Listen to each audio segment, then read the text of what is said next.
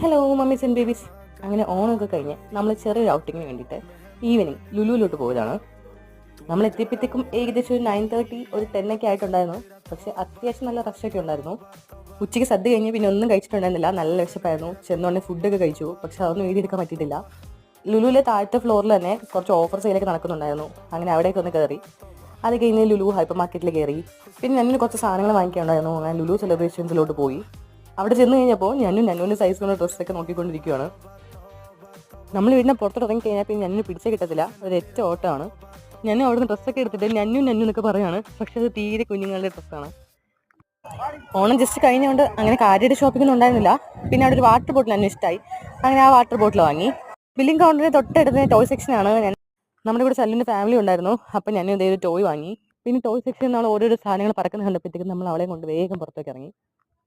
അപ്പോഴത്തേക്കും ഓൾമോസ്റ്റ് എല്ലാ ഷോപ്സും